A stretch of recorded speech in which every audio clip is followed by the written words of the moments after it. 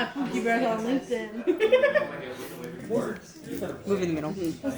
I could say the progress is vague. It's always kind of vague for game dev because there might be really obscure issues that you suddenly run into. Like the UI stuff was built weirdly, how we have it set up, but it's not like an issue I'm trying to hide. You can hear me complaining about it in class.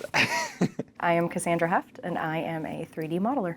Well, I'm happy that I got a silent mouse at this point because all the clicking and dragging and moving and everything. I have made a new indent into my couch because I'm sitting there on my computer for hours and clicking and typing away. It's just one hand on the mouse and one hand on the keyboard and you're just staring at it. For right now, I'm doing environmentals. We just finished the crystals since the crystals are a big thing when it comes to the environment, but Scout was #1 and Pamela and Kendall killed it. It was amazing. So I start my day, 30-minute cry sesh. Hi, I'm Kendall Novak. I'm on the modeling team.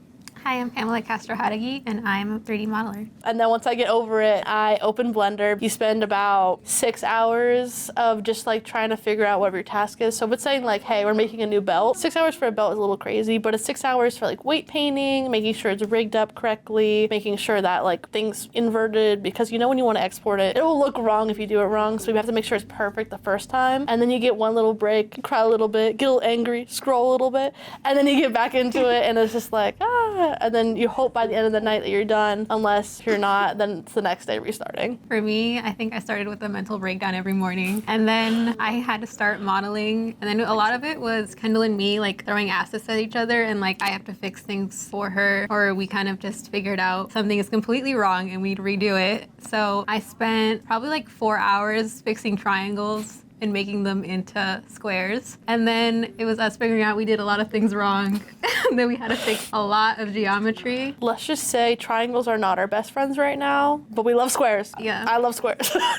You know, I think the thing we're most excited to share is the final result of the game and any gameplay or any sort of stuff that we're able to collect from the amazing game team. Video content, I feel like, is a lot more fun to produce in the way that it has better results. It's hard to like, here's a picture collage we made. So once things become accessible, like when the models are done, when the game has like an actual thing that you can like test and play, putting that stuff in gives people the chance to be excited, make us excited to make more content, because right now we're kind of stagnant. The water is moldy.